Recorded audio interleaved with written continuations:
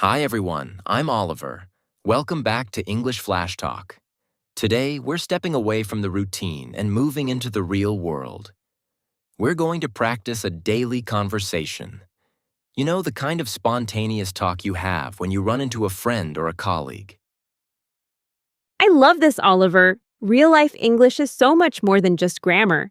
It's about flow, intonation, and knowing those little phrases that make you sound, well, human. Exactly. So, for this lesson, imagine Sophie and I are at a local coffee shop. I'm waiting for my drink, and Sophie just walked in. Pay attention to how we greet each other and how we keep the conversation moving. Oh, Oliver, is that you? Sophie, wow, what a small world. I didn't expect to see you here. How have you been? I've been great, thanks. Long time no see. I think the last time we ran into each other was, maybe 3 months ago. At least, time flies, doesn't it? So, what brings you here? Do you live around this area now? Actually, I'm just passing through. I had a meeting nearby and I desperately needed a caffeine fix. Haha. You know how it is. Haha, I totally get it. I'm actually hooked on their cold brew here. It's the best in town. Oh, really? I'll have to give it a shot then. So, what's new with you? How's the family? They're doing well. Thanks for asking.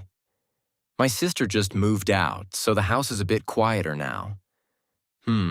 Maybe a bit too quiet, actually. Moved out? Wow, that's a big change. Is she still living in the city? No, she moved to the coast for a new job. She's starting from scratch, but she's really excited about it. That's amazing. Good for her. Starting from scratch can be scary, but it's so rewarding. Anyway, Oliver, you look like you've been busy. What have you been up to lately? Oh, you know me. Same old, same old. Just keeping busy with work and trying to get back into a gym routine. It's been a bit of a struggle, to be honest. Ha ha ha. Don't even get me started on the gym. I signed up for a yoga class last month and I've only shown up twice. I'm the queen of procrastinating when it comes to exercise. Haha, well, at least you're honest about it, Sophie. 2 times is better than 0, right? Look on the bright side. I guess so. Anyway, Oliver, I heard you were working on a new project at your office. How's that coming along? Oh, it's going well, thanks for asking.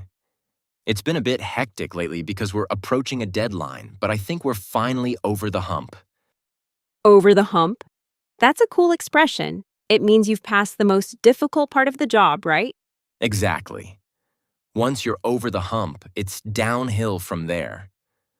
But enough about me. What about you? Are you still freelancing, or did you take that full-time position you mentioned last time? Actually, I turned it down. It was a great offer, but I realized I value my freedom too much, so I'm still doing my own thing. It can be a bit unpredictable financially, but the pros outweigh the cons for me. I admire that, Sophie. It takes a lot of guts to stick to your guns and follow your own path. Thanks, Oliver. It's a learning curve for sure. Oh, speaking of work, I almost forgot. I'm actually organizing a small networking event next week. Nothing fancy, just some like-minded people getting together for drinks. You should drop by if you're not too busy. That sounds right up my alley. I'd love to. When and where? It's next Thursday, around 7 p.m. at that new rooftop bar downtown. I'll shoot you a text with the details later today. Perfect. I'll put it in my calendar right now so I don't forget. Haha, my memory is like a sieve lately. Haha, don't worry. I'll send you a reminder anyway. Oh, wait, I think they just called your name. Is that your to-go order? Let me see. Large cold brew for Oliver? Yep, that's me. Wow, that was fast. They're really on top of things today. They really are. Well, I don't want to hold you up if you're in a rush. Oh, I have a few minutes. Are you staying here to work, or are you grabbing yours to go as well? I think I'll stick around for an hour. I find it easier to focus when there's a bit of background noise. If I stay at home, I just end up doing laundry or cleaning the house to avoid working. Haha, I'm exactly the same way, Sophie. If I'm at home, suddenly scrubbing the floor seems more urgent than writing a report. It's the classic procrastination trap. Exactly. It's like my brain looks for any excuse to avoid the laptop. Anyway, since you have a few minutes, give me the scoop. Are you still planning that trip to Europe, or did you call it off?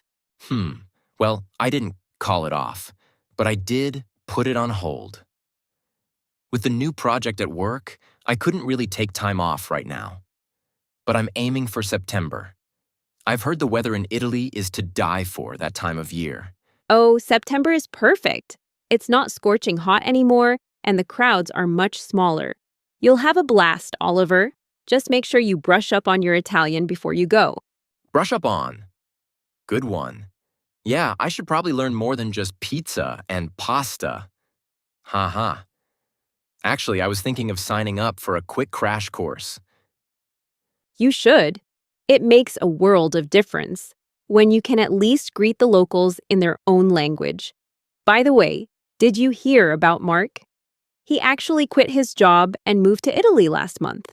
No way. Mark, the accountant? Wow, he really took the plunge, didn't he? I always thought he was too settled in to ever leave. I know, right? It came out of the blue for everyone, but apparently he was burnt out and just needed a fresh start. He's working at a vineyard now. Can you imagine? A vineyard? That sounds like the dream life compared to spreadsheets and tax returns. Good for him. Sometimes you just have to follow your gut. Totally. It goes to show that it's never too late to change gears. Anyway, Oliver, I don't want to keep you if you need to head back to the office. Actually, I'm off the clock for the next hour. My boss let us off early because we met our targets ahead of schedule. So I'm free as a bird for a bit. Wait, really? That's awesome. In that case, do you feel like grabbing a table? I'd love to pick your brain about that networking event I'm planning.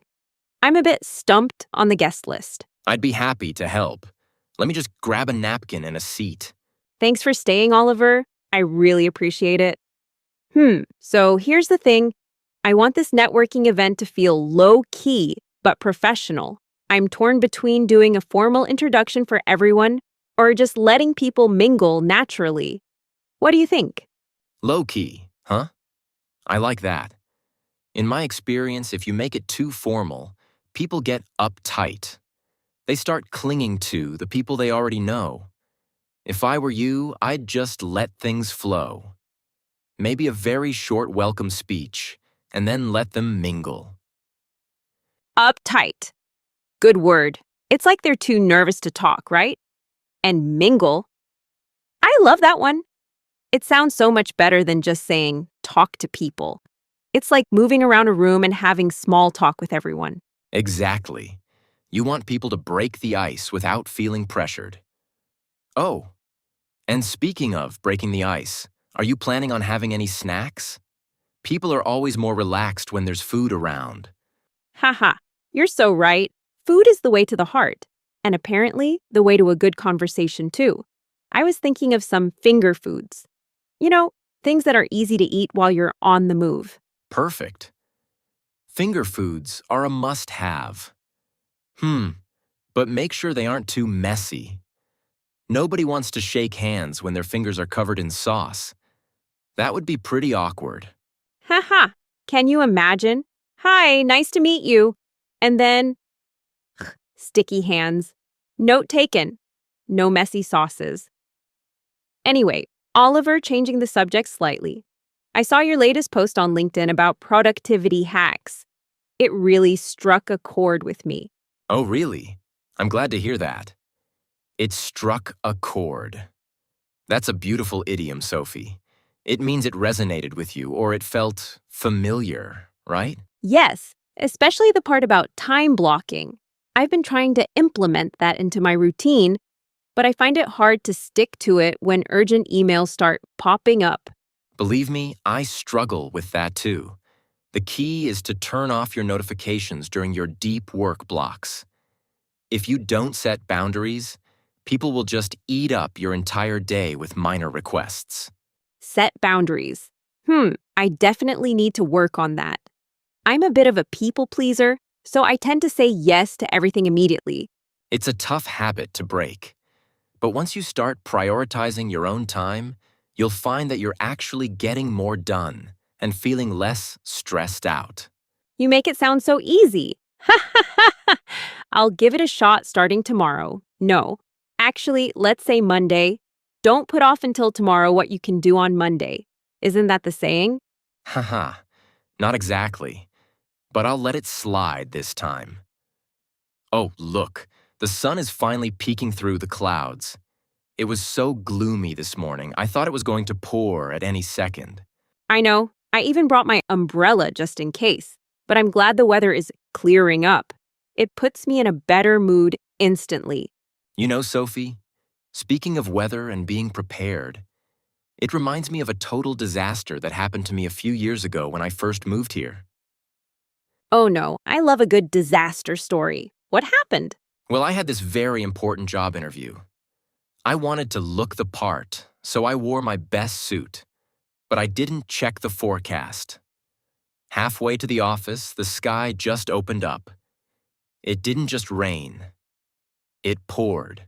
Oh man, don't tell me you showed up soaking wet. Worse.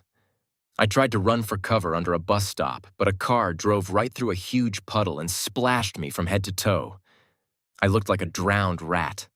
Haha, a drowned rat. That is such a vivid expression. So what did you do?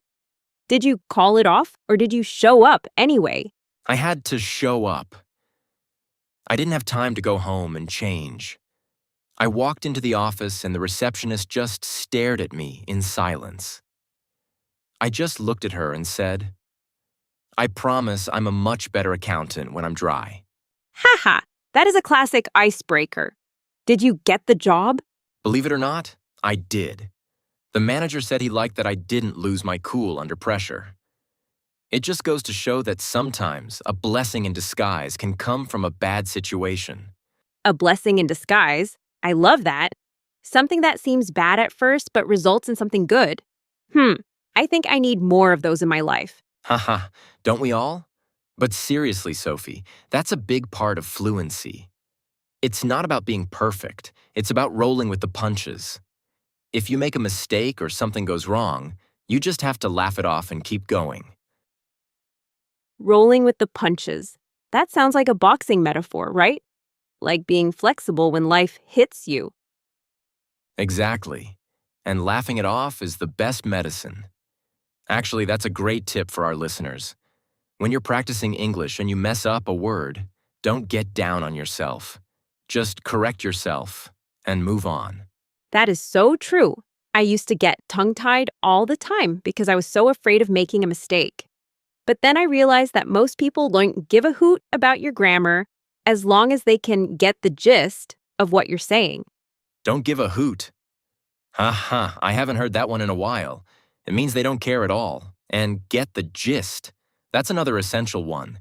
It means to understand the general idea. Right. If you can get the gist, you can keep the conversation going. And that's the whole point of English Flash Talk, isn't it? To help people feel at ease when they speak. Precisely. You know, Sophie, I just noticed the time. I should probably head out soon if I want to beat the rush hour traffic. But before I go, let's talk about that networking event again. Do you have a plan B in case it rains? A plan B? I hadn't thought of that. The rooftop has a small indoor area, but it might be a bit cramped if everyone moves inside at once. Well, it's better to be safe than sorry. Maybe you should check in with the manager of the bar and see if they can reserve some extra space downstairs just in case. You're right, Oliver. Better to be safe than sorry. I'll get on that right after we finish our coffee.